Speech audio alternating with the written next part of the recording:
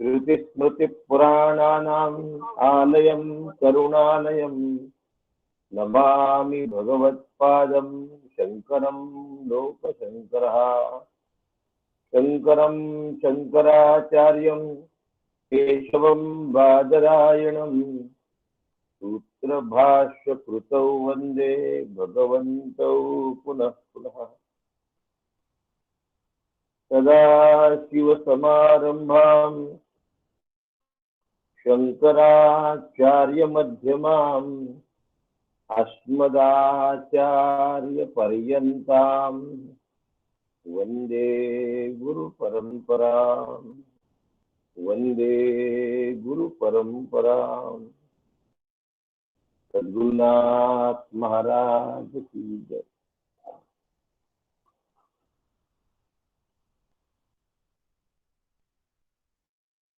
अव्यक्तो यमचिंत्योयम अविकार्यो यमुच्यते तस्माद्देव विदित्वैनं नानु शोचितुमर्हसि।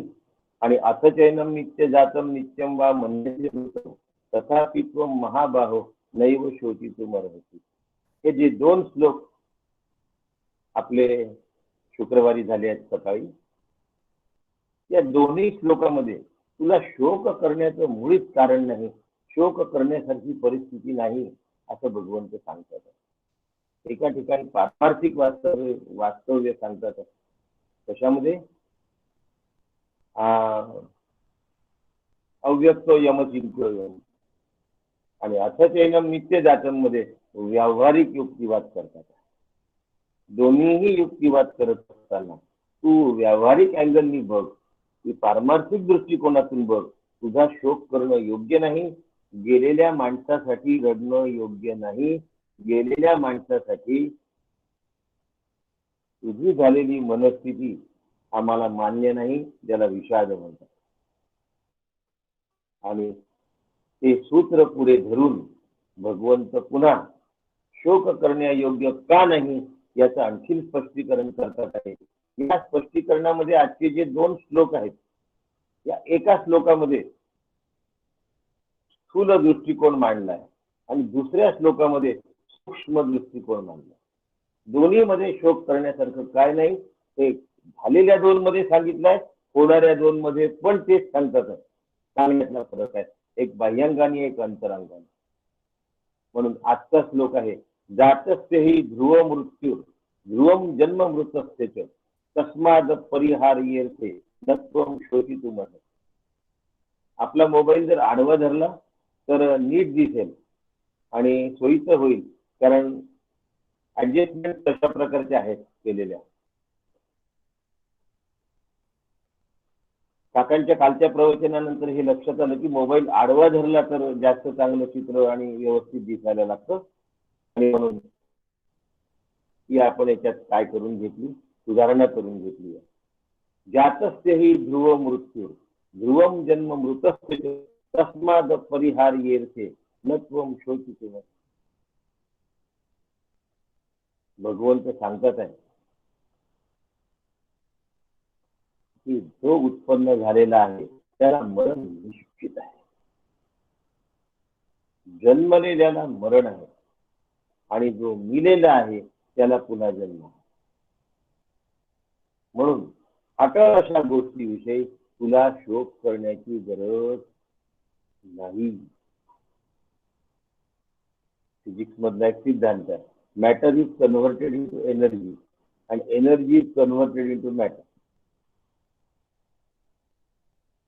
Matter is converted into energy, energy is converted into matter. Matter की energy होती, एनर्जीचं matter होतं, मॅटरची energy होती, एनर्जीचं मॅटर होतं, मॅटरची एनर्जी होती, एनर्जीचं मॅटर होतं. जातस्य हि ध्रुव मृत्यू ध्रुवम जन्म मृतस्य. जातस्य हि ध्रुव मृत्यू ध्रुवम जन्म मृत.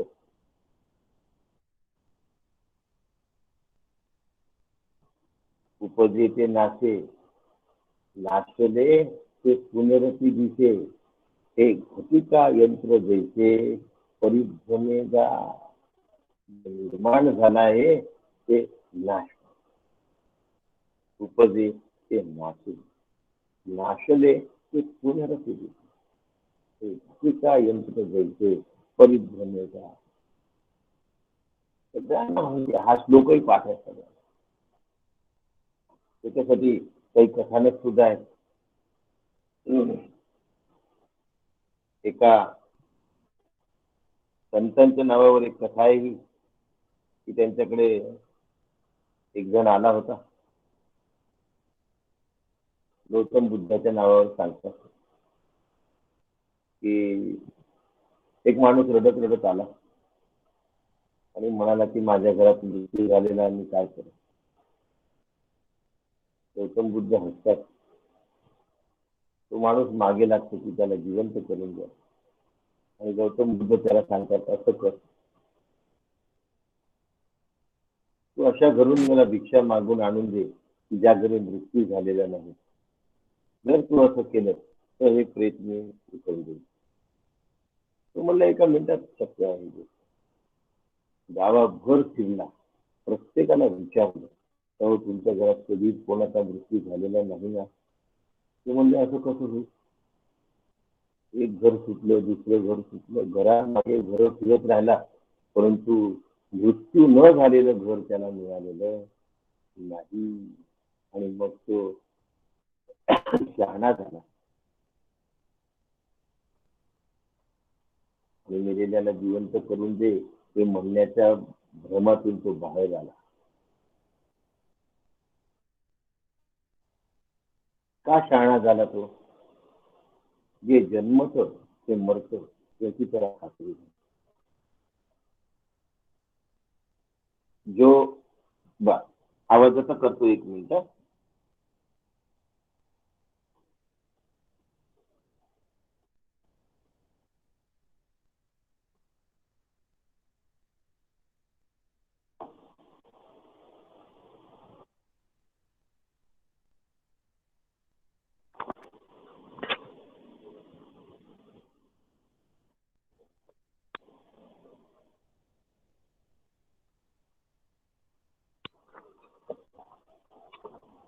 हा, जो जन्माला आला तो मरतो प्रत्येकाला माहिती. त्यामुळे जातस्त ही ध्रुव मृत्यू ध्रुवम जन्म मृतस्ते तस्माद परिहार्य नत्वम शोचित मत. अपरिहार्य आहे मृत्यू. काय आहे अपरिहार्य आहे. अपरिहार्य म्हणजे काय. इनएव्हिटेबल, निश्चित आहे, अटळ आहे. अपरिहार्य म्हणजे अटळ आहे, येणारच. तो जन्माला आला तो मृत्यू पावणारच. ते माहित नाही का आपल्याला. सगळे जेवढे आपण जण ऐकतो आहोत आज, त्या सगळ्या लोकांना हे माहिती आहे की जन्माला आलेला मरणार आहे. एवढं सगळं माहिती असताना सुद्धा मी मरणार नाही असं वाटतं आणि माझे मरणार नाही तसं काय वाटतं. मी कधी मरणार नाही असं खांदा देऊन घेऊन जात असतो आम्ही. आम्ही आमच्या जवळच्यांना खांदा देऊन घेऊन जात असतो, पण मला कधी कोणी खांदा देऊन नेईल असं वाटत नाही. मरण येईल हे पटत नाही. मला मरण येईल हे नाही पटत. म्हणून हे पुन्हा पुन्हा ठसवावं लागतं, सारखं सारखं सांगावं लागतं.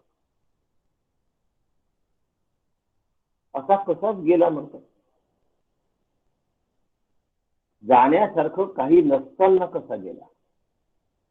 सहसा कार्डियक अरेस्टच्या त्या केसेस असतात, कंजेस्टिव्ह कार्डियक फेल्युअर. या केसेस मध्ये तो सांगता बोलता असतो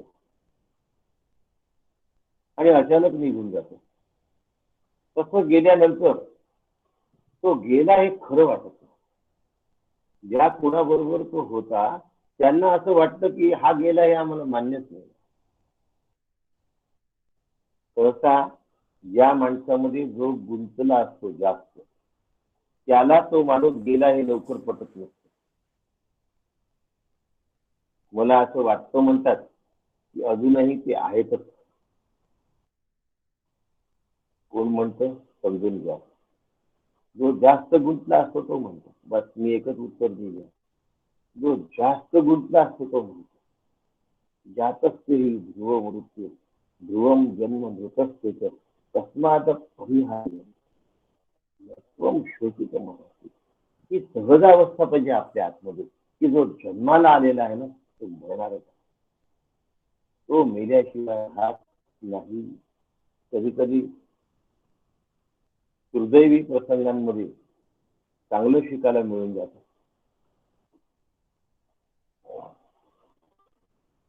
काकू गेल्या,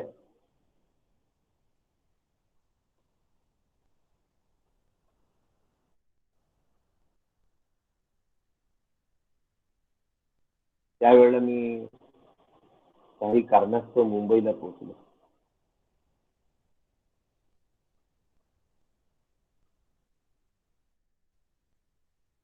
आणि काकू गेल्या त्याच्या 10व्या दिवशी शिवसरगळीला शिबिर होतं आणि त्या शिबिरात काकांचं प्रवचन होतं. 10वा दिवस तिचा 10वा.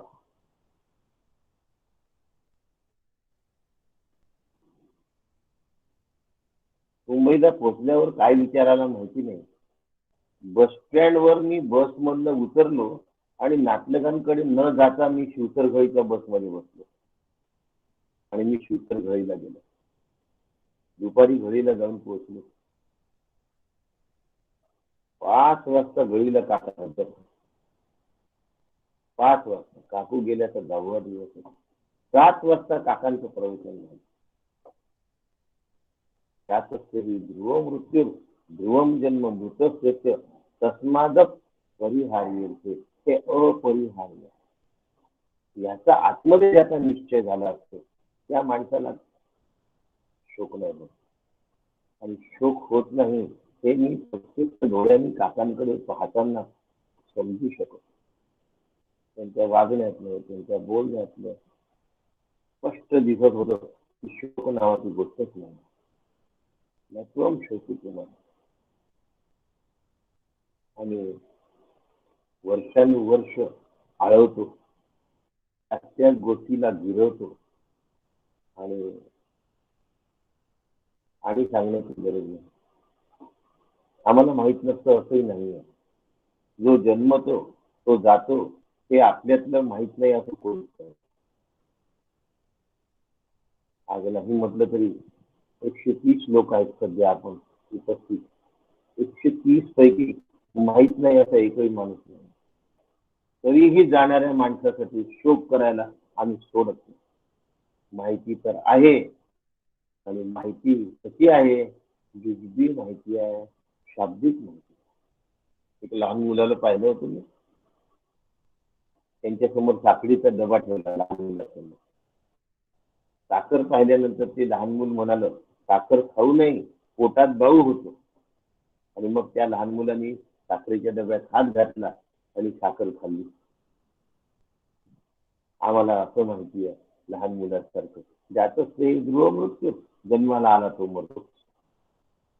इतकंच नव्हे हो, आमच्या अंघोळणी पडलेलं आहे. अंघोळणी पडलं परंतु आम्ही त्याच्यापासून शिकलो काही नाही. अंघोळणी पडलं कसं म्हणतो आम्ही? घडामोड शब्द आम्ही नेहमी वापरतो. जे घडतं ते मोडतं, जे जन्मत ते मरतं. जीवनात घडामोडी असतातच असं किती सहज म्हणतो माणूस. जीवन म्हटलं की घडामोडी आल्या. ज्याच्या जीवनात घडलं त्याच्या जीवनात ते मोडलंच म्हणायचं. जन्मला आहे तर मृत्यू दिवस नक्की आहे. अधिक बोलत नाही, समजून घ्या.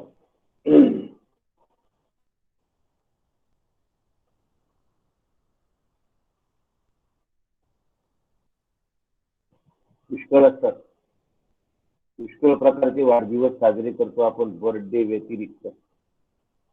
जोड्यानी जाऊ द्या सांगून देतो, मॅरेज डे साजरे करतो. एक दिवस त्या डेचं काय होतं?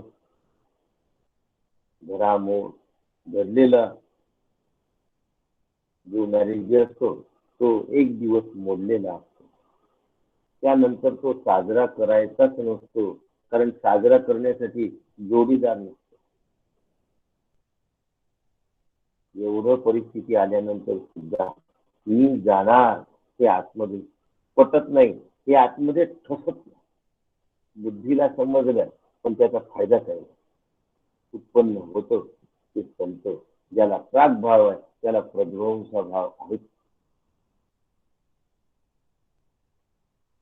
प्रागभाव आहे त्याला प्रध्वंस भाव आहे हे आम्हाला समजतं पण उमजत नाही.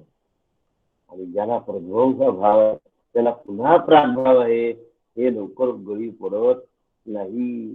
जे जातो ते येतो. आता विषय काय, जे आलं ते गेलं हा विषय झाला आपला. आता जे गेलं ते येतं हा विषय सुरू आहे. ज्याचं तेही ध्रुव मृत्यू. आता ध्रुवम जन्म मृत असतो, मेलेल्याला जन्म मिळतो. जे जातं म्हणजे गेलं ते पुन्हा परत येतं. गेला त्याला परत यावंच लागतं. आता काय उदाहरण द्यावे हो? मला उदाहरण सुचलं. आपल्यातल्या ज्या कोणी रेल्वेचं रिझर्वेशन केलं असेल फॉर्म भरून, इंटरनेटवर सुद्धा करता येतं, तसं सुद्धा चालेल. जाण्याची तारीख आणि रिझर्वेशन केलं की त्याच्या खाली पुन्हा एक रकाना येतो, येण्याची तारीख. येण्याचं ठिकाण म्हणजे जाण्याचं ठिकाण झालं की येण्याचं ठिकाण ठरलेलं आहे. जाण्याचं ठिकाण ठरलं की येण्याचं ठिकाण ठरलेलं आहे. म्हणजे रेल्वे तिकिटाखाली परतीची व्यवस्था आहे. पुनरपि जननम पुनरपि मरणम पुनरपि जननी. या ठिकाणी चार्वाकाला 100% खोडून काढलेला आहे. चार्वाक काय म्हणतो, यावत जीवेत सुखम जीवेत ऋणम कृत्वा घृतम पिबेत भस्मीभूतम च देहम च पुनरागमनम कुतः. एकदा शरीर संपलं की मग आगमन कुठे, पुन्हा जन्म कुठे? इथे चार्वाकाचा सिद्धांत खोडलाय. काय म्हणतात हे,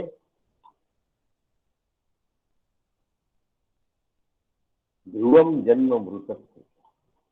काय म्हटलंय, ध्रुवम जन्म मृतस्थे. जो मेलेला आहे त्याला पुन्हा जन्म घ्यावा लागतो.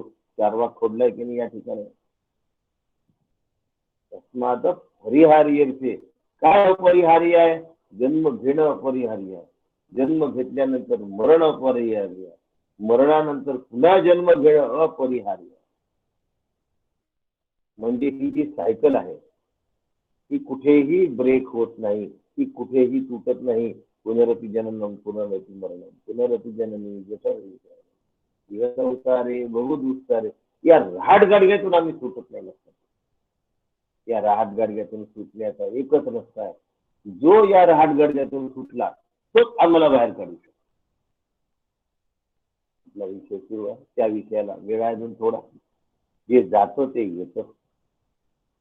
विसा काढला तर त्या विषयाला मुदत असते. तेवढे दिवसाच्या आत तुम्हाला परत यावंच लागतं. विसाची मुदत संपल्यानंतर त्या देशात राहणं हा कायदेशीर गुन्हा आहे. ते तुम्हाला कैदेत टाकतात. अर्जना अंतवंत इमे देहा नित्य सोपता शरीर. हे शरीर जात आघवे नाशिवंत प्रभावे. तू त्यांना मारलं तरीही आणि तू त्यांना मारलं नाही तरीही अर्जुन ते मरणारच आहे. मग आपलं कर्तव्य करून टाक ना, नाहीतरी तर ते मरणारच आहेत. कर्तव्य करून टाक. अर्जुनावर युद्ध लादलं गेलं. अर्जुनाला युद्धाची खुमखुमी नव्हती. लक्षात, रणांगणावर अर्जुन झाला असं नाही आहे. युद्धाची खुमखुमी नव्हती. जो माणूस खरंच बलवान असतो, जो माणूस खरंच कौशल्यवान असतो, त्याला आपलं कौशल्य दाखवण्याची खुमखुमी नसते. आणि ज्याला खुमखुमी असते त्याच्या कौशल्यात त्रुटी असते.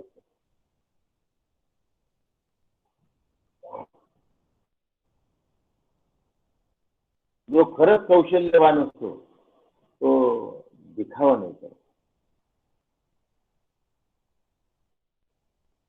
अर्जुन कौशल्यवान होता, युद्ध नैपुण्य त्याच्याजवळ होतं, म्हणून युद्धाची खुमखुमी त्याच्याजवळ नव्हती. आलिया भोगासी असा विचार आहे. युद्ध करणं त्याच्यावर येऊन आदळलं, त्याला युद्ध करण्याशिवाय पर्याय नाही.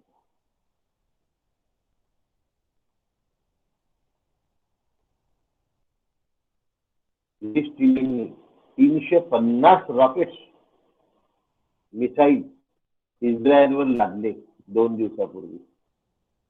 इस्रायलने काही केलं नव्हतं. फिलिस्तिनींनी 350 रॉकेट लादले.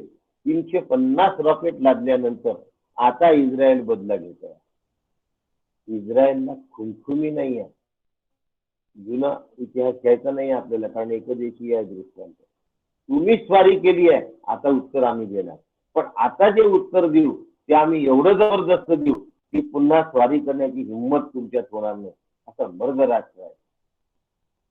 अर्जुनाने युद्धाची खुमखुमी नव्हती. कौरवांनी युद्ध लादलं होतं. स्वतःच्या पत्नीचं वस्त्रहरण झाल्यानंतरही जो शांत राहिला, त्यानंतरही ज्यांनी अज्ञातवास स्वीकारायला तयारी ठेवली, त्या अर्जुनाची खुमखुमी नव्हती, कारण त्याच्या मागे भगवंत.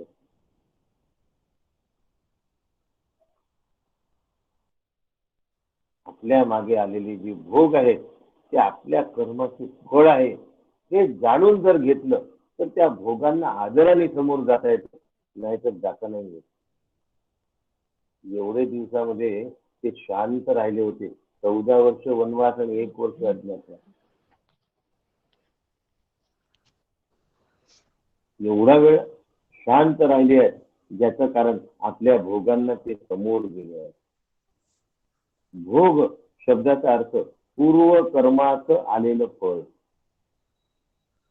घरात गृहिणी असते, पोळ्या करत असते. पोळ्या करता करता फोन येतो आणि फोन घेता घेता थोडस दुर्लक्ष होतं आणि तव्यावरती पोळी करपते.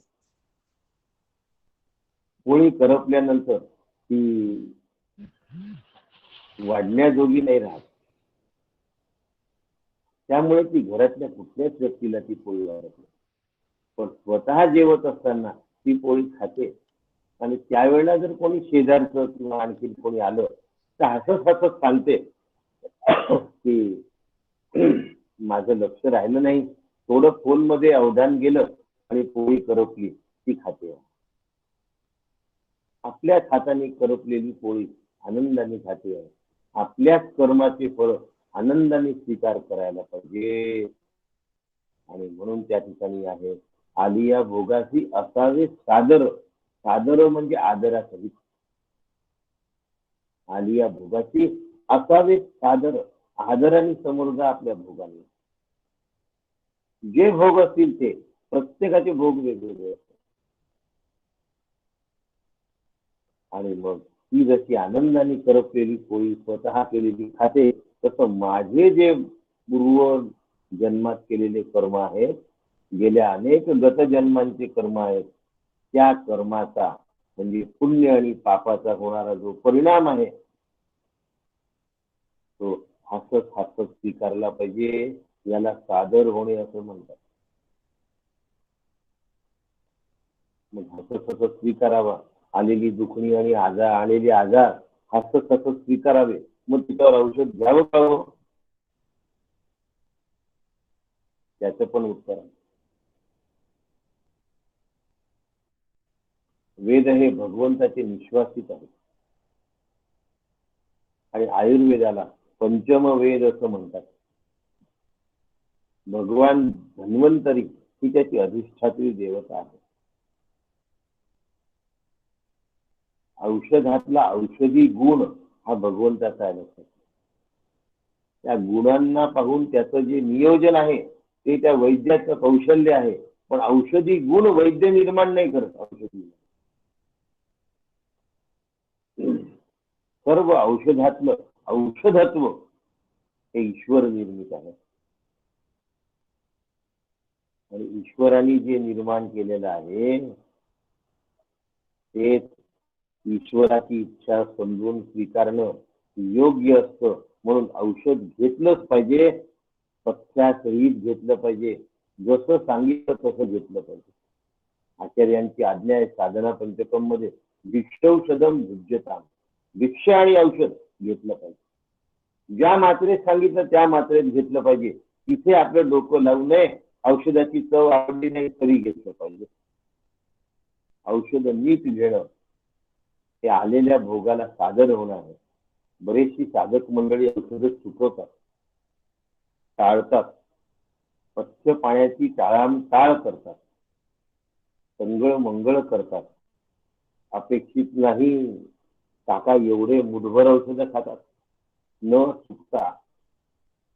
म्हणतात एकदा शरीराचं देणं शरीराला देऊन दिलं की मग मला जे करायचं आहे त्याच्यासाठी शरीर मला काय करतं, मोकळं ठेवतं. म्हणून मी औषधं खाऊन घेतो. खाल्ले की दिवसभर शरीर मला माझं काम करू दे. आलेला जो रिझल्ट आहे औषध घेतल्यानंतर तो मात्र आनंदाने स्वीकारणं हा पुरुषार्थ आहे. कुणी गेलं तरीही आणि कोणी राहिलं तरीही माझा वसंत ऋतू मोडता कामा नये. म्हणून अर्जुनाला सांगतात नत्वम शोचितुम. हे अपरिहार्य आहे अर्जुना, याचा तू शोक करू नकोस, याची तू टाळाटाळ करू नकोस.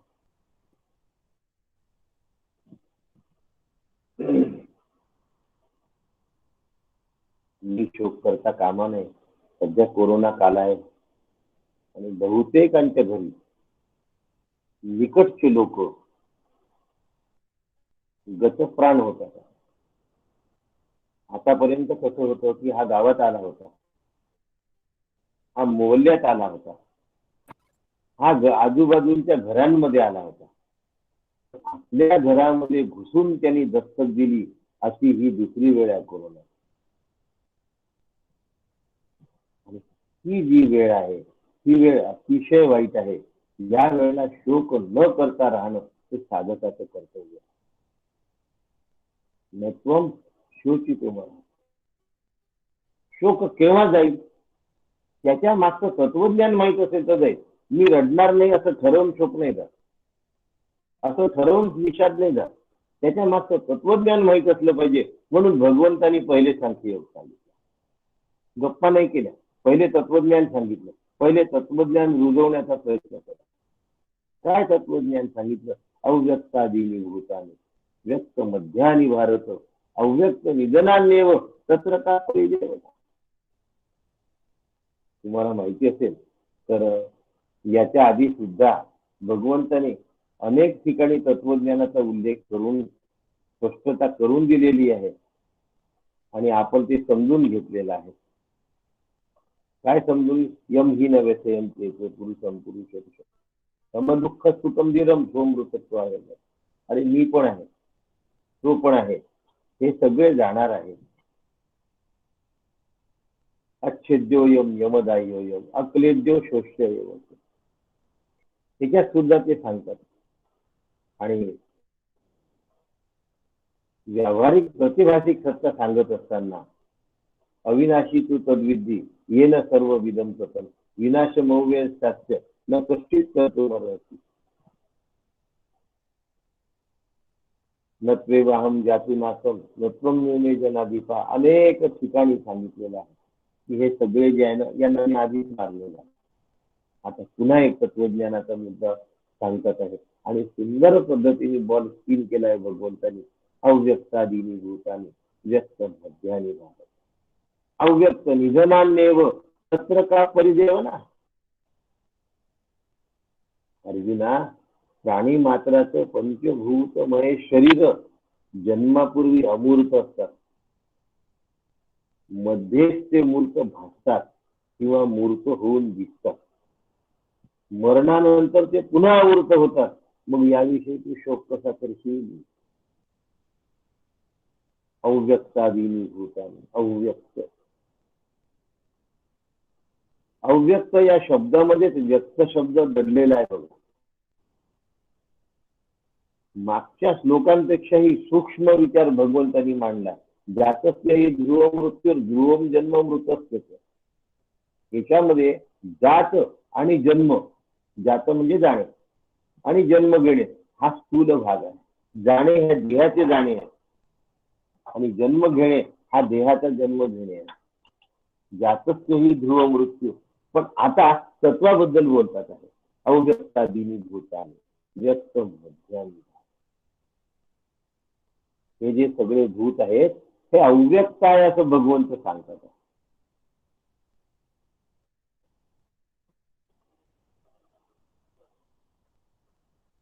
तत्वज्ञान काय आहे थोडस बघूया आणि मग त्याचं स्पष्टीकरण बघूया.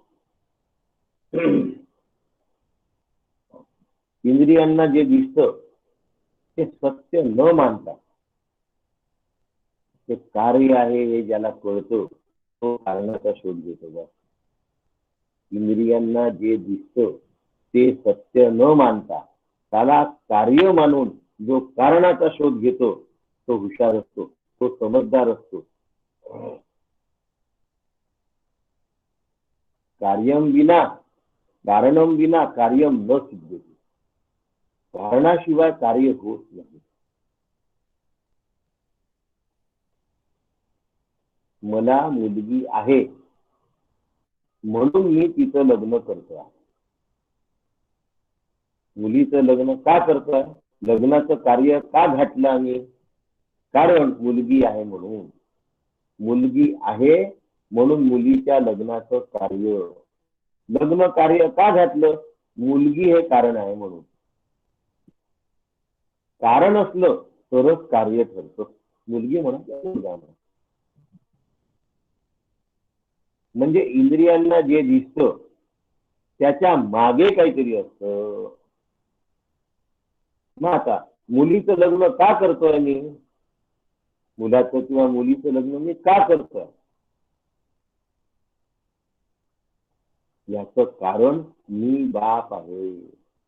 कारण काय आहे? त्यांचा मी पिता आहे, त्यांची मी माता आहे म्हणून मी त्यांचं लग्न करतो. दुसऱ्या कोणत्या मुला मुलींचं लग्न नाही करत आहे. जे आमचे आहेत त्यांच्याच मुलं त्याच मुला मुलींचं लग्न करतो ज्यांना आमचे मानले त्या मुला मुलींचं लग्न करतो. म्हणजे कारण आहे तर कार्य आहे. कारणाशिवाय कार्य घडत नाही. विचारी माणूस कार्याला बघत नाही, कारणाला बघतो.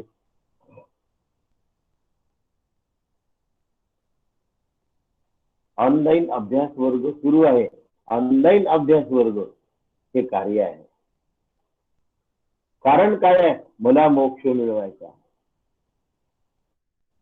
ऑनलाईन अभ्यास वर्ग हे कार्य आहे. आपण एवढे जण जे ऐकतो आहे हे कार्य आहे. माझं सांगणं आणि तुमचं ऐकणं दोन्ही कार्यच आहे. पण याच्या मागे कारण काय आहे? आपल्या सगळ्यांना मुक्त व्हायचं आहे याचं कारण. मोक्षेच्छा हे कारण आहे. कारणाशिवाय कार्य घडत नाही. तुम्ही सगळे सकाळी 7 वाजता या ठिकाणी येता. काही जण 6:45 पासून भगवद्गीता ऐकायला येतात. का बरं एवढा वेळ बसतात? मोक्ष मिळवायचा. करमणूक करायची असती तर 4 दिवस थांबले असते आणि 4 दिवस गायब राहिले असते. रोज वर्षभरापासून एवढ्या संख्येने सातत्य सांभाळलाय का? मला मोक्ष मिळवायचा. तुम्ही या ठिकाणी ऐकता ते माझ्यावर तुमचे उपकार नाही आहेत. तुम्हाला मोक्ष मिळवा. आणि मी या ठिकाणी सांगतो हे तुमच्यावर माझे उपकार नाही आहेत, मला मोक्ष मिळवा. म्हणजे आपण एकमेकांच्या ओझ्याखाली नव्हे. तुमच्यामुळे मला हा शब्दप्रयोग दोघांनी वापरू नये. तुम्ही पण नाही आणि मी पण नाही. काय? कारण मोक्ष हे कारण आहे. या कार्याचा मागचं कारण जर काही असेल तर मोक्षेच्छा हे त्याचं कारण आहे. म्हणून कारणाशिवाय कार्य घडत नाही.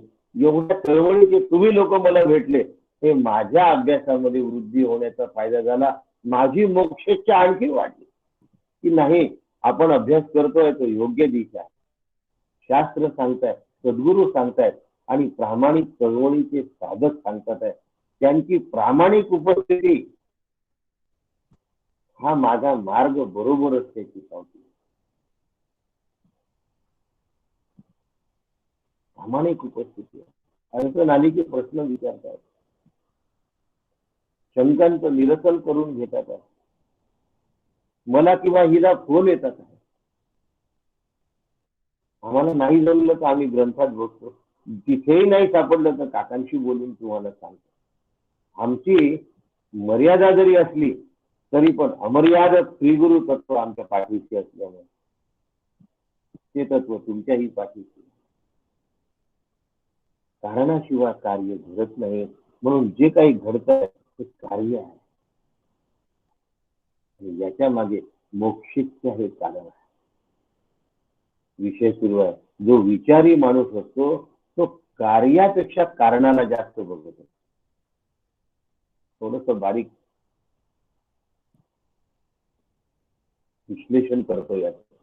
अविनाशी अव्यक्तादिनी भूताने. कारण नेहमी अव्यक्त असतं. विषय का चालू आहे हा?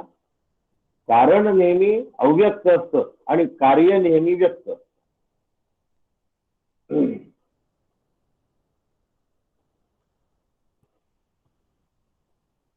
गुलाबजाम घ्या, श्रीखंड घ्या, रबडी घ्या, हरे पदार्थ घ्या, हे सगळे कार्य आहे.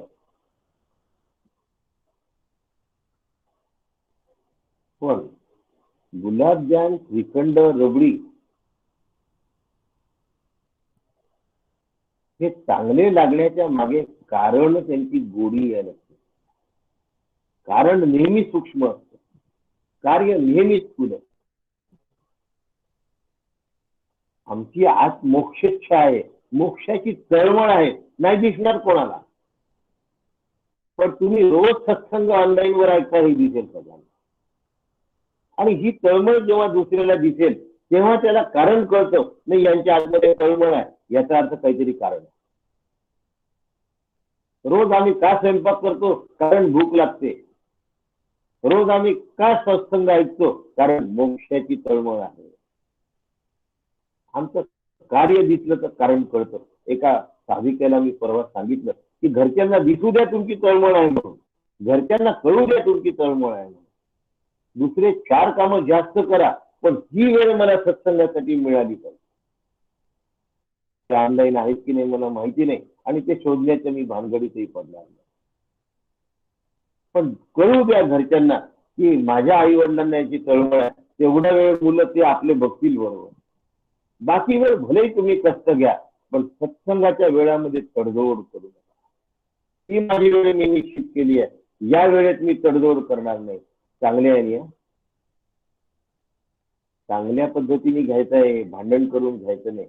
कारणं विना कार्य न सिद्ध्यति, हा विषय आहे. विचारी जो मनुष्य असतो तो कार्यापेक्षा कारणाकडे लक्ष देतो.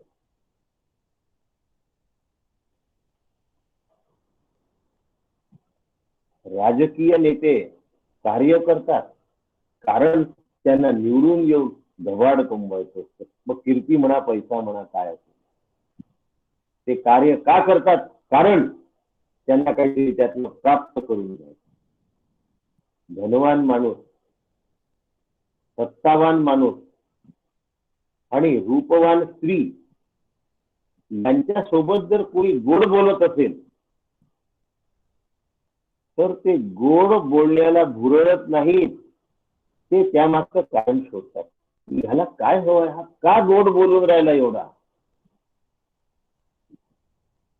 ती त्याच्या गोड बोलण्याला काय करणार नाही, चिनणार नाही, मोजणार नाही, जोपर्यंत निश्चित कारण कळणार नाही. सत्तावान त्याच्या गोड बोलण्याला भुरळणार नाही जोपर्यंत निश्चित कारण कळणार नाही. धनवान त्याच्या गोड बोलण्याला भुरळणार नाही, पण त्याच्या माहिती आहे की गोड बोलता बोलता मला पैसे तर नाही मागणार शेवटी. म्हणून धनवान, सत्तावान आणि रूपवान हे त्या मागचं कारण शोधतात. गोड बोलण्याच्या कार्याच्या मागे नाही लागत. गोड बोलणं हे कार्य आहे, त्या मागे दडलेलं कारण शोधतात. आणि जो दडलेलं कारण शोधतो त्याला विचारलं. अव्यक्तादी भूतानी, जे जे भूत म्हणजे शरीर निर्माण झालेत त्या मागे अव्यक्त तत्व हे कारण आहे. ते जो शोधतो त्याला विचारलं. घट निर्माण झाला. निर्मितीच्या पूर्वी घट नव्हता आणि फुटल्याच्या नंतर म्हणजे नाशाच्या नंतर घट नाही, पण घट निर्माण झाला. अव्यक्त मृत्तिकेपासून घट निर्माण झाला आहे. मृत्तिका हे त्याचं उपादान कारण. कारण असल्याशिवाय घट हे कार्य तयार होत नाही. मृत्तिका हे कारण आहे म्हणून घट हे कार्य झाला.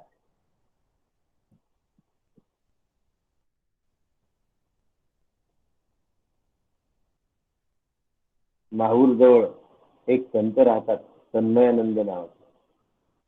त्यांच्याकडे 20-25 वर्षापूर्वी किंवा त्याच्याही पेक्षा अधिक आधी मी गेलो होतो एका कार्यक्रमाला. 2 दिवस तो कार्यक्रम चालला आणि दुसऱ्या दिवशी संध्याकाळी दुपारी तो संपला.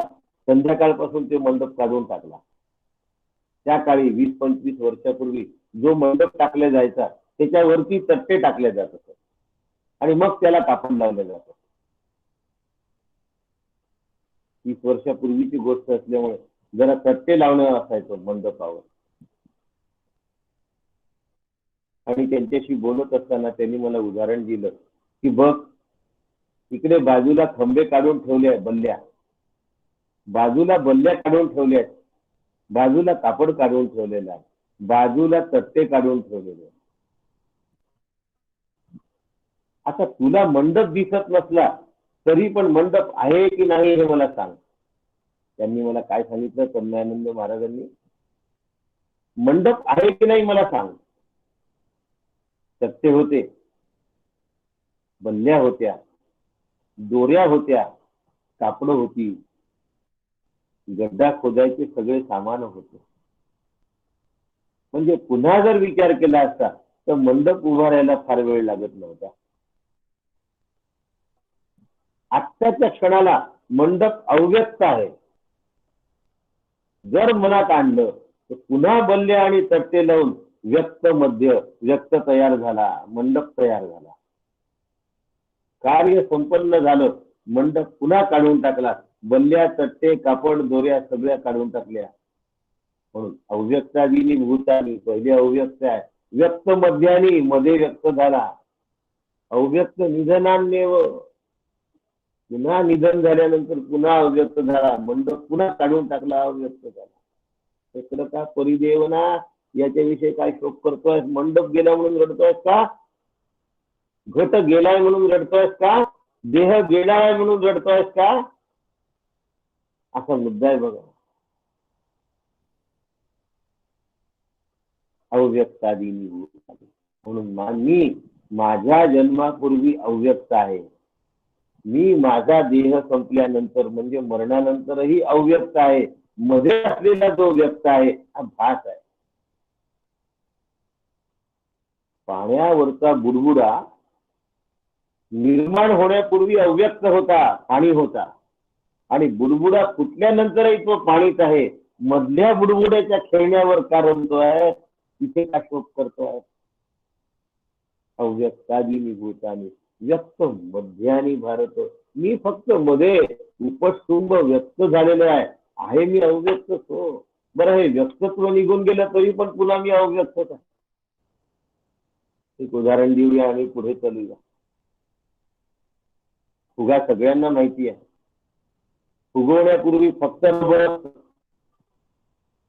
फुगा फुगवण्यापूर्वी ज्या वेळेला तो काढतात तेव्हा ते फक्त रबर असतं. त्या रबराला फुगवतात तेव्हा तो फुगा होतो. आधी फुगवण्यापूर्वी त्याला कोणीही फुगा म्हणत नाही, कारण फू केल्याशिवाय म्हणजे फुंकर मारून हवा भरल्याशिवाय तो फुगा होत नाही. त्याचं नावच तयार होत नाही, फुगा. म्हणून आधी ते रबर असतं, त्यात फुंकर मारून हवा भरल्यानंतर त्याचा फुगा तयार होतो आणि तो फुटला की पुन्हा रबर असतं. आधी रबर होतं, नंतरही रबर होतं. मध्यंतरी त्या रबराला फुगा नाव का दिलं? व्यक्त मध्यानी. हे नुसतं व्यक्त झालेलं आहे, व्यक्त कल्पित आहे. लहान मुलगा म्हणतो मला लाल फुगा पाहिजे, मला पिवळा फुगा नको. अरे लाल काय आणि पिवळा काय, काही फरक नाही. तू रंगावर भाळलास, गोरा काय आणि काळा काय, बुद्धिमान काय आणि निर्बुद्ध काय. निवडायचा चॉईस असेल तर जरूर निवडलं पाहिजे, पण त्या चॉईसच्या चिंतन करण्याची गरज नाही आहे. म्हणून अव्यक्त आपल्याला कळलं. कशाला म्हणतात, जे इंद्रिय गोचर नसतं त्याला अव्यक्त म्हणतात, आणि जे दृश्य असतं, इंद्रिय गोचर असतं, त्याला व्यक्त म्हणतात. जे 9 प्रमाणांनी कळतं ते व्यक्त असतं, जे 9 प्रमाणांशिवाय कळतं ते अव्यक्त. यतो वा इमानी भूतानी जायन्ते, तैत्तिरीय उपनिषद. उत्पत्ती कशी आहे, अग्रहणात अज्ञानात इति. उत्पत्ती कशी झाली आहे हो.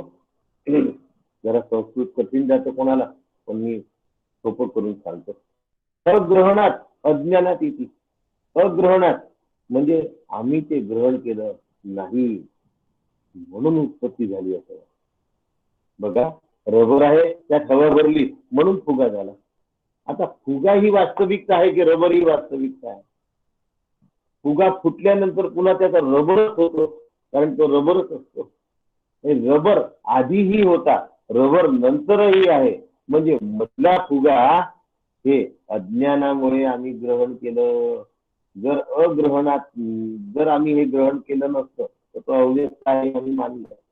अग्रहणात अज्ञानात इति, मध्ये माझा निर्माण झालेला जो देह आहे हा मी कल्पनेने ग्रहण केलेला आहे. वास्तविक तो अग्राह्य आहे. माहित मी या देहापूर्वी आत्मा आहे, हा देह गेल्यानंतरही आत्मा आहे.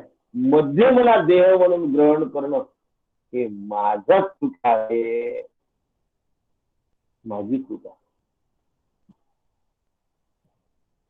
यतो वा इमानी भूतानी जायन्ते, हे भूत झालेत असं मला वाटलं. तिथे कसलो मी मायेच्या आहारी गेलो.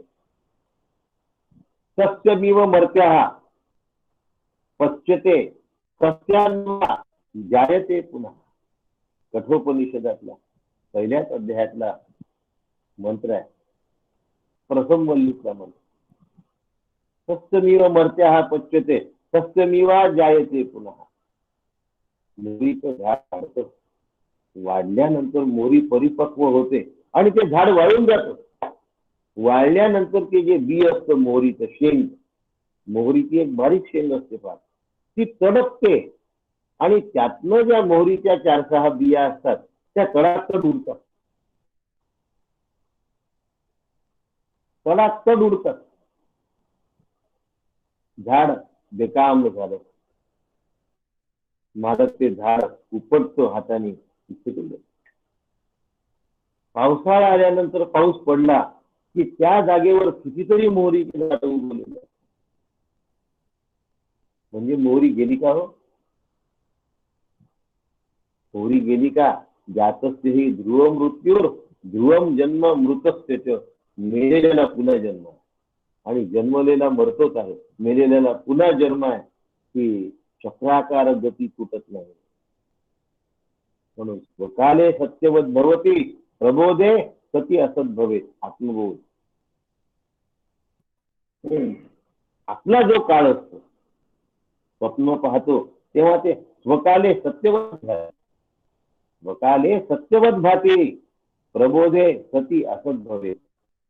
जेव्हा मी स्वप्न पाहत असतो तेव्हा मला सत्य आहे असं वाटतं, पण जेव्हा मला जाग येतो आणि प्रबोध होतो तेव्हा ते सत्य नाही हे कळतं. रेल्वेच्या प्रवासात आपल्या अवतीभोवती आपल्या कंपार्टमेंटमध्ये, बोगीमध्ये नाही म्हणत आहे, आपल्या कंपार्टमेंटमध्ये जे लोक आपल्या अवतीभोवती बसलेले असतात त्यांच्याशी आपली ओळख होते, त्यांच्याशी आपल्या गप्पा गोष्टी होतात. त्यांच्याबरोबर थोडं पेपरही वाचणं होतं. त्यांच्या पेपरचं एक पान आम्ही वाचतो, आमच्या पेपरचं एक पान तेही वाचतं. हळूहळू गप्पा गोष्टी रंगता रंगता इकडून तिकडून फिरता फिरता खाण्यापिण्याची वेळ येते. आमचं तुम्ही घ्या, तुमचं आम्ही द्या. खाण्याची पण देवाणघेवाण होते.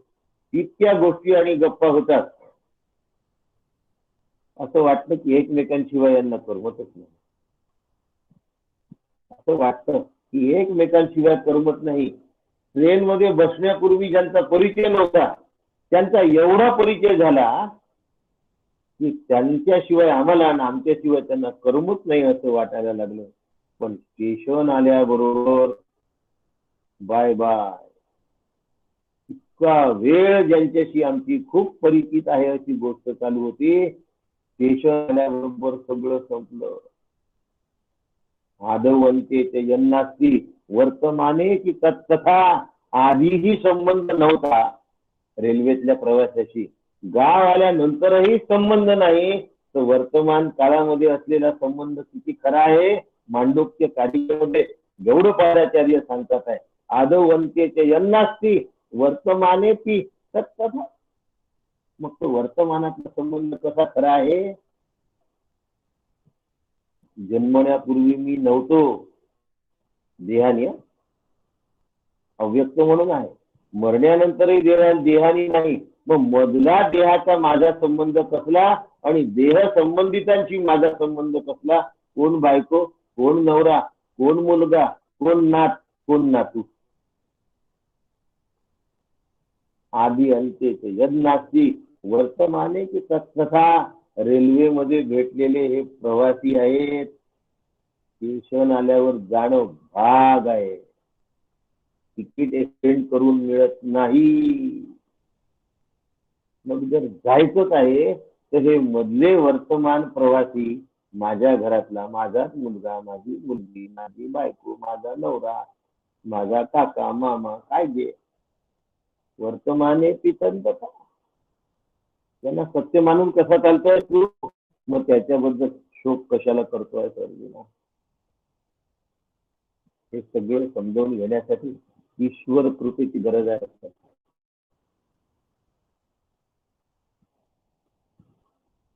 शास्त्र कृपेची गरज आहे, गुरु कृपेची गरज आहे. तेव्हा आत्मकृपा होते. ईश्वराची बरोबर अर्चना जर केली असेल तर ईश्वर आपल्याला श्रीगुरूंकडे पाठवतो. पहिल्या ते 4थ्या वर्गामध्ये जर आपण नीट अभ्यास केला असेल तर आपले शाळेतून आपल्याला काय हायस्कूलमध्ये पाठवतात. मॅट्रिक पर्यंत नीट अभ्यास झाला असेल, उत्तीर्ण झाला असेल तर त्याला महाविद्यालयामध्ये पाठवतात. पण महाविद्यालयामध्ये गेला म्हणजे तो रोज काही पहिल्या दुसऱ्याच्या मास्तरकडे जाऊन भेटायला जात नाही की सर मी आज असा अभ्यास झाला, सर आज कसा अभ्यास झाला. पहिली ते 4थीच्या शिक्षकांना भेटायला रोज जातो का. 5वी ते 10वीच्या शिक्षकांना, 12वीच्या शिक्षकांना भेटायला रोज जातो का महाविद्यालयात गेल्यावर. नाही, अधून मधून भेटला आदराने वागतो, पूर्ण आदराने वागतो, संपूर्ण आदराने वागतो. जो आदर महाविद्यालयीन प्राध्यापकाविषयी आहे तोच आदर शाळेमधल्या शिक्षिकाविषयी असतो. अधिक प्रेम असतं. उलट त्या आदरामध्ये प्रेम पण असतं. शाळेचे शिक्षक जितक्या प्रेमाने सांभाळतात त्या प्रेमाने महाविद्यालयाचे शिक्षक नाही सांभाळतात. महाविद्यालयाचे प्राध्यापक ज्ञान देत असल्यामुळे आदर निर्माण होतो. आणि अतिशय बारकावे आणि अभ्यासपूर्ण जर विवेचन त्यांचं असेल तर त्यांच्याबद्दल आपल्या अंतःकरणात दृढ आदर तयार होतो. अपील झालेल्या प्राध्यापकांविषयी आदर तयार होतो. पण शाळेच्या सर्व शिक्षकांबद्दल प्रेम असतं जे आपल्याला शिकवणार आहे. ईश्वर मला श्रीगुरूंकडे पाठवतो तेव्हा ईश्वराबद्दल कायम प्रेम असलं पाहिजे. ईश्वर जेव्हा कृपा करतो ना तेव्हा तो श्रीगुरु उपलब्ध करून देतो आपल्याला. ईश्वराच्या आज्ञेने आपल्याला श्रीगुरु मिळतात. ते सांगतात की आता तू इथे जा. आणि श्रीगुरूंच्या आज्ञेने आम्हाला शास्त्र कळतं. श्रीगुरु भेटण्यापूर्वी जे लोक पुस्तकं वाचतात बुद्धिमान असतात, डॉक्टर असतात, सीए असतात, इंजिनियर असतात, वकील असतात, बुद्धिमान असतात. त्याच्या आधी त्यांनी जे वाचलेली पुस्तकं असतात त्यातून त्यांना ते आत्मतत्व नाही जाऊ शकत. त्यांना व्यक्त मध्यानीच गवसतं. आधीचा अव्यक्त आणि नंतरचा अव्यक्त त्यांना गवसत नाही. त्यासाठी श्रीगुरूंची गरज असते, कारण तो अनुभव त्यांनी घेतलेला. म्हणून पहिले ईशकृपा, ईशकृपेनंतर गुरुकृपा. ईश्वर श्रीगुरूंकडे पाठवतात. गुरुकृपेनंतर श्रुती कृपा म्हणजे शास्त्र कृपा. आणि या 3 कृपा झाल्या तर आत्मकृपा. पहिले ईश्वराची कृपा पाहिजे, आपली देवता आपल्यावर प्रसन्न पाहिजे. जर आपल्याला श्रीगुरु प्राप्त झाले असतील, श्रोत्रिय, ब्रह्मनिष्ठ, दयाळू, परंपरा आणि संप्रदाय युक्त या 5 अटी आहेत लक्षात ठेवा. असे जर श्रीगुरु प्राप्त झाले असतील तर ईश्वराने कृपा केली आहे. मग आता पुढच्या शाळेत जा, रोज पहिल्या शाळेच्या मागे लागू नका. पहिल्या दुसऱ्या शिक्षकाच्या साठी महाविद्यालयाचं पोरगा रोज भेटायला जात नाही, मध्ये मध्ये जात. आदराने बोल. मध्ये मध्ये ईश्वराची जेव्हा गाठभेट होते तेव्हा आदराने असलं पाहिजे, संपूर्ण आदर असला पाहिजे. कारण पुढच्या पिढीला पुन्हा तोच ईश्वर गुरूंकडे घेऊन जाणार आहे. पण तेच आयुष्यभर रेंगाळत राहण्याची अपेक्षा नाही. आता श्री गुरु सांगतात आता मोक्षाचा अभ्यास. गुरु मिळाल्यानंतर पुन्हा पहिले पाढे 55 म्हणजे 1ली ते 4थीच्या शिक्षकाकडे फिरत नाही बसत. आता गुरु सांगतील तो अभ्यास माझ्यासाठी श्रेष्ठ अभ्यास आहे. महाविद्यालय शिक्षक सांगतील तो अभ्यास माझ्यासाठी श्रेष्ठ अभ्यास. पीएचडीचे गाईड मला सांगतील तो अभ्यास माझ्यासाठी श्रेष्ठ अभ्यास.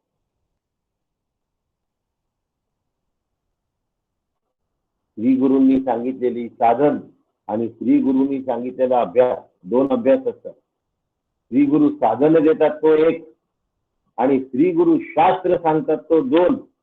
श्री गुरूंनी सांगितलेलं शास्त्र समजून ते साधनासारखं मला वापरता आलं पाहिजे. म्हणजे साधन आणि शास्त्र त्याचा मला मेळ घालता आला पाहिजे. अभ्यास त्याला म्हणतात. नुसतं उपनिषद वाचणं आणि गीता वाचणं म्हणजे अभ्यास नाही. नुसतं काकांनी दिलेली बैठक करणे म्हणजे पण अभ्यास नाही. या 2चा मेळ घालता आला पाहिजे. आणि म्हणून श्रुती दर्पण लक्षात ठेवा. आरशामध्ये आपण उभे राहतो आणि आपला चेहरा पाहतो. चेहरा जसा आहे तसा आरसा दाखवतो. लक्षात. चेहऱ्यावर डाग असेल तर डाग दाखवतो, डाग नसेल तर नाही. तसं श्रुती हा दर्पण आहे, शास्त्र हा आरसा आहे. म्हणून श्रुतीवर आरशावर जेवढी श्रद्धा असते की इथे डाग दाखवून राहिला तर आपण पुसतो तो डाग, तशी शास्त्रावर माझी पूर्ण श्रद्धा असली पाहिजे. श्री गुरूंवर माझी दृढ श्रद्धा असते. शास्त्र वाक्य प्रमाणम, बाबा वाक्य प्रमाणम. बाबा म्हणजे श्री गुरु. शास्त्र वाक्य प्रमाणम. आरशाशिवाय चेहरा दिसत नाही. श्रुतीरूप आरशाशिवाय मला माझं स्वरूप दिसत नाही. लक्षात. आरसा माझा बाह्य देह दाखवतो म्हणजे रूप दाखवतो आणि श्रुती म्हणजे शास्त्र रूप आरसा माझं स्वरूप दाखवतो. व्यवहारिक आरसा माझं रूप दाखवतो. पारमार्थिक आरसा म्हणजे वेदांत, अद्वैत, शांकर, अद्वैत, वेदांत, शास्त्र माझं स्वरूप दाखवतो. आरशातून रूप बघावं आणि आरशाला सोडून द्यावं, आपल्या कामाला लागावं. शास्त्राचा अभ्यास करून, शांकर, अद्वैत, वेदांताचा अभ्यास करून आपलं स्वरूप बघावं आणि ते स्वरूप सगळ्यांमध्ये आहे. तो आत्मा मी आहे हे स्वरूप बघणं झालं. मी सर्व व्याप्त आहे हा स्वरूपाची व्यापकता म्हणजे ब्रह्मरूपत्व. तो मी आहे हे आत्मरूपत्व आहे. मी सर्वात व्याप्त आहे हे ब्रह्मरूपत्व आहे. जशी आपल्याला आपल्या आईबद्दल शंका नसते तशी श्रुती मातेबद्दल कधीही शंका असतात. श्रुतीचं वाक्य कसं आजच्या काळाला लागू पडत असेल, बरोबर असेल का हो, असे विचार कधीच करू. श्री गुरूंची कृपा. 1-2-4 मिनिटं जास्त घेऊ. श्री गुरूंची कृपा. गुरु भेटले म्हणजे गुरूंची कृपा झाली असं समजू नका. गुरु भेटणं ही ईश्वराची कृपा. मला गुरु भेटणं ही माझ्यावर असलेली परमेश्वराची कृपा आहे. गुरुकृपा होणं बाकी आहे. गुरुकृपा जीव ब्रह्मैक्य आहे. गुरूंची कृपा म्हणजे जीवाचं ब्रह्माची ऐक्य आहे. कोणीतरी मला म्हणलं की तुमच्या रोजच्या प्रवचनात कालचीच गोष्ट आहे, नावही आठवतो पण सांगत नाही, बहुसंख्य मंडळी उपस्थित असतात, एवढी मोठी मंडळी उपस्थित असतात की गुरूंची कृपा, म्हणजे मंडळी उपस्थित ठेवणं हे काकांचा धंदा नाही, काकांचा उद्योग नाही. म्हणून मग तुम्ही याला काय म्हणा, या सर्व मंडळींना जीव ब्रह्मैक्य प्रदान करणं हे माझ्या श्री गुरूंचं काम, हे त्यांनी त्यांच्या दयाळुत्वामुळे स्वीकारलेलं आहे. ही त्यांची कृपा. मला आणि ऐकणाऱ्या सगळ्यांना जीवनमुक्ती प्रदान करणं हे माझ्या गुरूंची उदारता आहे. या उदारतेमध्ये अपाडू त्यांच्यात काही कमतरता नाही. उदाराला अतिशय उदार असतं. विवेक सिंधू मध्ये अपाडू शब्द वापरला. ब्रह्मविद्येचा अपाडू एवढा उदार आहे ब्रह्मविद्या देण्यासाठी श्रीगुरु की त्यांच्या उदारतेची आपण कल्पना नाही करू शकत. ब्रह्मविद्या ओसंबून वाहत. श्रीगुरु एवढी ब्रह्मविद्या आपल्याला देतात, त्यांच्या जवळची कमी होईल का हो? धरणामध्ये जे ओव्हरफ्लोचं पाणी असतं ना, त्या ओव्हरफ्लोच्या पाण्याखाली आंघोळ करणं सुद्धा कठीण आहे. तेवढं आपल्या डोक्यावर घेणं आपल्याला पेलत नाही. लक्षात ठेवा, त्यांची कृपा ओव्हरफ्लो आहे. लक्षात ठेवा, त्यांच्याजवळ कमी होतच नाही. फक्त ओव्हरफ्लो मध्ये आपण करोडो लोक भिजून जाऊ. सगळं ब्रह्मांड ज्यांना मोक्ष मिळवायचा आहे ते सगळे जण प्राप्त करून घेऊ शकतील असा तो ओव्हरफ्लो असतो. ती गुरुकृपा असते. पण अशा श्री गुरूंची श्रोत्रिय ब्रह्मनिष्ठ दयाळू आणि अशा श्री गुरूंची कृपा महत्संगातु दुर्लभः अमोघः अगम्यश्च नारद भक्ती मत्संगातु दुर्लभः फार दुर्लभ. विवेक चूडामणी सांगतो महापुरुष समुश्रयः मनुष्यत्वं मुमुक्षुत्वं महापुरुष दैवानुग्रहीतं मनुष्यत्वं मुमुक्षुत्वं महापुरुष संश्रय. त्या महापुरुषाचा आश्रय मिळणं परमभाग्याचं लक्षण आहे. ती ईश्वराची कृपा आहे. एकदा महापुरुषाच्या चरणाशी त्यांनी नेऊन ठेवलं आपल्याला, ईश्वराचं काम संपलं आणि मलाही ईश्वरांकडे चक्रा मारण्याचं काम संपलं. पण आम्ही तरी बाकीच्या गोष्टी करतच बसतो. आता इतरांना करू द्या, कशा करायच्या सांगण्यासाठी तुम्ही करा, तुम्ही गुरूंचं करा. आता महापुरुष संश्रय हा आता श्री गुरूंची कृपा प्राप्त करून घेणं एकमेव टार्गेट आहे आयुष्य. एकमेव. एकदा श्री गुरु मिळाल्यानंतर मग हे करायचं आहे ते करायचं आहे, इकडचं राहिलं तिकडचं राहिलं, ह्या ज्या गोष्टी करतात त्यांनी खऱ्या अर्थाने श्री गुरु केलेच नाही. माझ्याकडे स्वतःचं घरच आहे, माझ्याकडे एक छानशी कार असावी, तसे माझ्याकडे गुरु असावे. माझ्या खिशात ठेवण्याचं एक खेळणं गुरु म्हणून केलंय. अरे गुरु केल्यानंतर तुला दुसरं काही किती नको देऊ रे. घरामध्ये हिरा आणला आणि चिल्लर पैशांची काय खुर्द्याची काय खेळतोय, खुर्द्यामध्ये काय रमतोय. अरे हिरा आहे तुझ्याजवळ.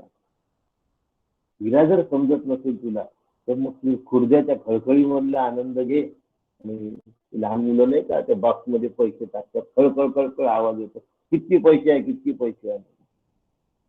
बापाच्या खिशातली एक नोट सुद्धा त्या पैशापेक्षा मोठी असते. पण याला या आवाज येणाऱ्या पैशाचाच आनंद मिळतो. म्हणून घरदार मुलं बाळ नात नातू बायको पोरगा त्या खुळखुळ्यांमध्ये ज्याला रमायचं आहे त्याला श्रीगुरु नाही कळत. आणि ज्याला कळत नाही त्याच्यावर कृपाही होते. मग कृपा असते. त्या कृपेसाठी पात्र तर व्हावं लागेल ना मला. प्रकाशते क्वपि पात्रे ईशावास्ते. हिरणमयेन पात्रेन ते पात्र कसं असलं पाहिजे, ईशावास्ते पण ते पात्र मला व्हायचं लक्षात. आणि पात्र झाल्यानंतर कृपा झाल्याशिवाय राहत नाही. कारण कृपेमध्ये ते कधीच कधीच कंजूस नाही.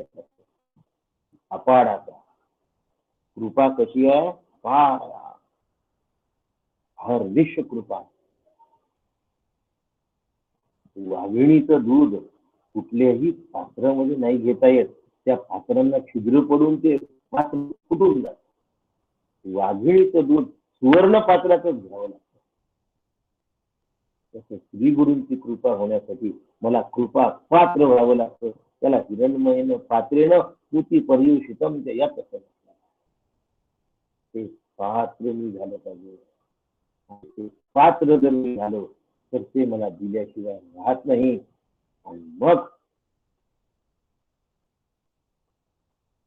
मग काय म्हणतात, शास्त्रानुभव, गुरूंचा अनुभव आणि आत्मानुभव, तीन ऐक्य पावलं पाहिजे सारखं निघालं. शास्त्र प्रसिद्धी, गुरु प्रसिद्धी आणि आत्मप्रसिद्धी ही जेव्हा एक होते तेव्हा परमार्थ किती डोळ्यासाहेब म्हणतात. आंधळा नाही श्रद्धा आंधळी ठेवावी लागेल. तुम्हाला गुरु ब्रह्मरूप आहे, ती श्रद्धा ठेवावी लागेल. आता तुम्हाला नाही कळत. माझ्या आईने मला जन्म दिला, ती श्रद्धा मला ठेवावीच लागेल. मी नाही ते तपासू शकत. जन्म दिला की नाही, खरंच दिला की नाही हे तपासण्याची माझी कुवत नाही. माझा अधिकार नाही आहे तो आईने मला जन्म दिला का तपासण्याचा. तिने सांगितलं तू माझा मुलगा आहे, तू माझी आई आहे. बा तसं श्री गुरूंवर ही श्रद्धा मला ठेवावी लागेल. ही आंधळी श्रद्धा आहे, तिथे पूर्णपणे आंधळी श्रद्धा आहे. तेव्हा डोळ्यात अनुभव प्राप्त झाल्याशिवाय राहणार. आणि म्हणून हा सुंदर हे हा अभ्यास केला ना की कुठेही पडत नाही. आणि विवेक चूडामणी झाल्यानंतर बराच वेळ शंकराचार्य जयंतीमुळे दुपार गेला तरी गीतेचा अभ्यास कधी होईल असं वाटत होतं. हे अत्यंत दैदिप्यमान असं जे तत्व आहे, हे तत्व अनुभवण्याची क्षमता आहे. सांगणारे सुद्धा फार दुर्मिळ असतात आणि ते मोठं आश्चर्य आहे की असे सांगणारे टाकांसारखे मिळतात. आणि हे आश्चर्य कसं आहे हे उद्या सकाळी बघणार आहोत. आश्चर्यवत पश्यति कश्चिदेनम आश्चर्यवत वदति तथैव कन्या आश्चर्यवत चैनमन्या शृणोति श्रुत्वा पेनम वेदन चैव कश्चित. हे सांगणारे आश्चर्यचकित आश्चर्य आहे. आत्मतत्वाचा अनुभव घेणारे आश्चर्य आहे. आत्मतत्व ऐकून घेणारे आश्चर्य आहे. ऐकणारे आपण सगळेजण आश्चर्य आहोत. सांगणारे श्रीगुरु डॉक्टर काका आश्चर्य. त्या तत्वाबद्दल अनुभव घेणं हे आश्चर्य आहे. हे आश्चर्य कसं आहे ते उद्या आपण सकाळी बघणार आहोत. उद्या सकाळी वेळेवर हजर राहा. तुम्हाला सगळ्यांना वंदन करतो. असं आत्मतत्व ऐकणारे तुम्ही श्रोते आहात म्हणून मी तुम्हाला वंदन करतो. रामकृष्ण. रामकृष्ण हरी. रामकृष्ण हरी. रामकृष्ण हरी. रामकृष्ण हरी.